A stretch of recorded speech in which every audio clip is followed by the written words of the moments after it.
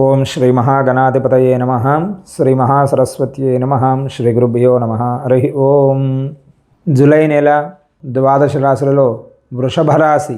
ఈ వృషభ రాశి జూలై నెలలో ఎలా ఉంటుంది? వృషభ రాశి వారు ఏ గ్రహాలు వారికి అనుకూలంగా ఉన్నాయి, ఏ గ్రహాలు వారికి అనుకూలంగా లేవు, ఏ గ్రహాలు అనుకూలంగా లేకుండడం వలన వారు ఏ పరిహారం చేసుకుంటే వారికి అద్భుతంగా ఉంటుందో ఇప్పుడు మనము ఈ వీడియోలో తెలుసుకుందాం. ఈ వృషభ రాశి వారికి నెల అనుకూలమైన ఫలితాలను ఇస్తుంది. ఎలాంటి ఇబ్బంది లేదు. ఈ నెలలో మీరు చాలా శుభవార్తలను వింటారు. ఆదాయానికి ఎలాంటి లోటు లేదు. రావాల్సిన బాకీలన్నీ కూడా వసూలవుతాయి. ఎవరెవరికో మీరు పాత పూర్వం అప్పులు ఇచ్చారు కదా, ఆ అప్పులన్నీ కూడా ఈ జూలై నెలలో మీరు కష్టపడితే మాత్రం ఖచ్చితంగా అవన్నీ కూడా వసూలవుతాయి. కాకపోతే మీరు ధైర్యంగా ఉండాలి. ఎదుటివాడు భయపెట్టినా కానీ మీరు భయపడకుండా ఉంటే అవి ఖచ్చితంగా వసూలవుతాయి. లేదా మీరు భయపడ్డారు అంటే ఆ డబ్బులు మీకు మరలా రానే రావు. కాబట్టి ఈ వృషభ రాశి వారు కాస్త అప్పుల విషయంలో జాగ్రత్తగా ఉండాలి. ధైర్యంగా పనులు చేయండి, ఖచ్చితంగా మీరు సక్సెస్ అవుతారు. అంతేకాకుండా గృహ సంబంధమైన కార్యాలు అనుకూలంగా ఉంటాయి. కుటుంబాల్లో సంతోషకరమైన వాతావరణం నెలకొంటుంది. కొత్త కొత్త వాహనాలను కొంటారు. అంతేకాకుండా కంపెనీలకు సంబంధించిన యంత్రాలను కూడా మీరు కొనుగోలు చేస్తారు. ఈ జూలై నెలలో సంతానం వల్ల సౌఖ్యము, ఆనందంగా ఉంటారు. పెద్దవారితో పరిచయాలు ఏర్పడతాయి. దానివల్ల మీ వ్యాపార వ్యవహారాలన్నీ కూడా అభివృద్ధి మార్గాలలో నడుస్తాయి. ఇతపూర్వం ఉన్న మార్గాలన్నీ వేరు, ఇక నుండి వచ్చే మార్గాలన్నీ కూడా మీకు కొత్త దారిని ఏర్పరచడానికి ఈ జూలై మాసం పక్కాగా కనబడుతూ ఉంది. సరియైన దారి చూపిస్తుంది ఈ జూలై మాసం అంతా కూడాను. అంతేకాకుండా నిరంతరం పని చేయండి. నేను మొన్న మాసం చేశాను, మళ్ళీ ఇప్పుడు నేను కష్టపడాలా అని అలసత్వం ఎప్పుడైతే మీరు చేస్తారో దాని వలన ఎక్కువగా ఇబ్బంది పడే అవకాశం ఎక్కువగా కనబడుతుంది. మీరు శ్రమ పడితే మాత్రం ఖచ్చితంగా సక్సెస్ పొందుతారు. శ్రమ, సక్సెస్ రెండు పక్కపక్కనే ఉన్నాయి. మీరు శ్రమ పడ్డారంటే మాత్రం ఖచ్చితంగా సక్సెస్ను రెండో మెట్టులోనే మీరు అందుకోవచ్చు. కాబట్టి మీ శ్రమ కూడా వృధా ఏమీ కాదు. మీరు ఖచ్చితంగా దానికి తగ్గట్టుగానే మీరు ఫలితాన్ని కూడా పొందుతారు. మీ ఆదాయాలు కూడా గణనీయముగా పెరుగుతాయి.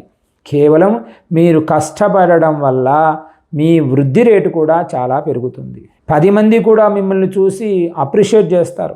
ఎలా మారాడురా వీడు, ఇలా తయారైపోయాడు, ఎంత బాగున్నాడు, పోయినసారి కంటే ఇప్పుడు ఇంకా చాలా బాగా మారాడు అని చెప్పి మిమ్మల్ని 10 మంది కూడా గుర్తుపట్టేలాగా కనపడతారు. ఎలా? మీరు కేవలం కష్టపడడం వల్ల. ఒత్తిడి ఉంటుంది మీకు. మీరు చేసే వ్యాపారాలు కానీ ఉద్యోగంలో కానీ ఒత్తిడి లేకుండా ఏమీ ఉండదండి. కాకపోతే ఒత్తిడిని పెట్టుకునైనా కానీ పర్వాలేదు, మీరు కష్టపడి పని చేయండి, సిన్సియారిటీతో పని చేయండి. ఖచ్చితంగా మీరు సక్సెస్ పొందే అవకాశం ఎక్కువగా కనబడుతూ ఉంది. ఈ మాసం కష్టపడి పనిచేసే వారికి ఎలాంటి ఇబ్బంది లేదు. కాబట్టి తిరోగమన స్థితిలో 10వ ఇంట్లో శని ఉండడం వల్ల మీరు కాస్త ఎక్కువగా కష్టపడి పని చేయాల్సి ఉంటుంది చెప్పాను కదా.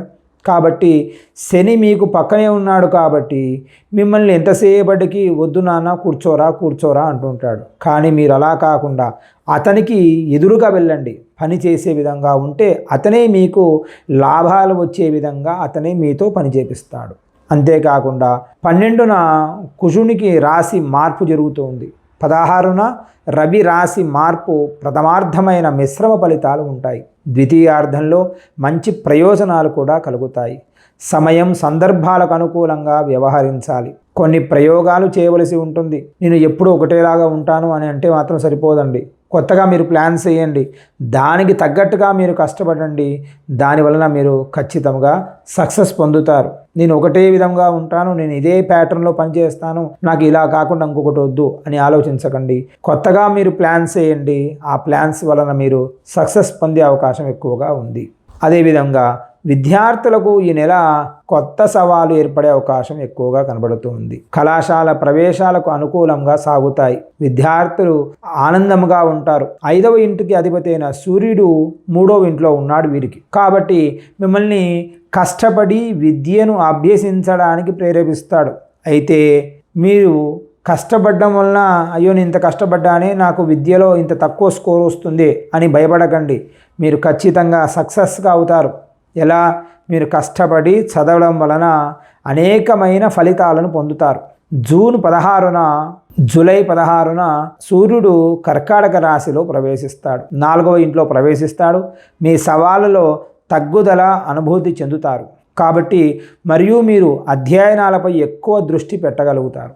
శని మీకు 5వ ఇంట్లో దృష్టి పడుతుంది కాబట్టి మీరు కష్టపడి మీ మార్గాన్ని ఎంచుకోవడానికి ప్రయత్నించాలి. మీ ప్రయత్నం లేకపోతే ఎవరు ఎన్ని చెప్పినా కానీ మీరు నేను అలాగే ఉంటానండి, నేను మారను అంటే మాత్రం చాలా కష్టం. మీరు ఖచ్చితంగా మారాలి. మీకు ఇందాక చెప్పిన విధంగా శని మీకు దగ్గరగా ఉన్నాడు కాబట్టి ఎంతసేపు అలసత్వంగా ఉంటాడు. ఏం చేద్దాంలే, రేపు చేద్దాంలే, ఎల్లుండి చేద్దాంలే, ఎప్పటికప్పుడు పోస్ట్ పోన్స్ ఎక్కువ. ఇప్పుడు కాదు, రేపు చేద్దాం, రేపు ఎల్లుండి అన్నట్టుగా ఉంటారు. కాబట్టి అలా మాత్రం చేయకండి. నిద్ర ఎక్కువగా ఉంటుంది, అలసత్వం ఎక్కువ.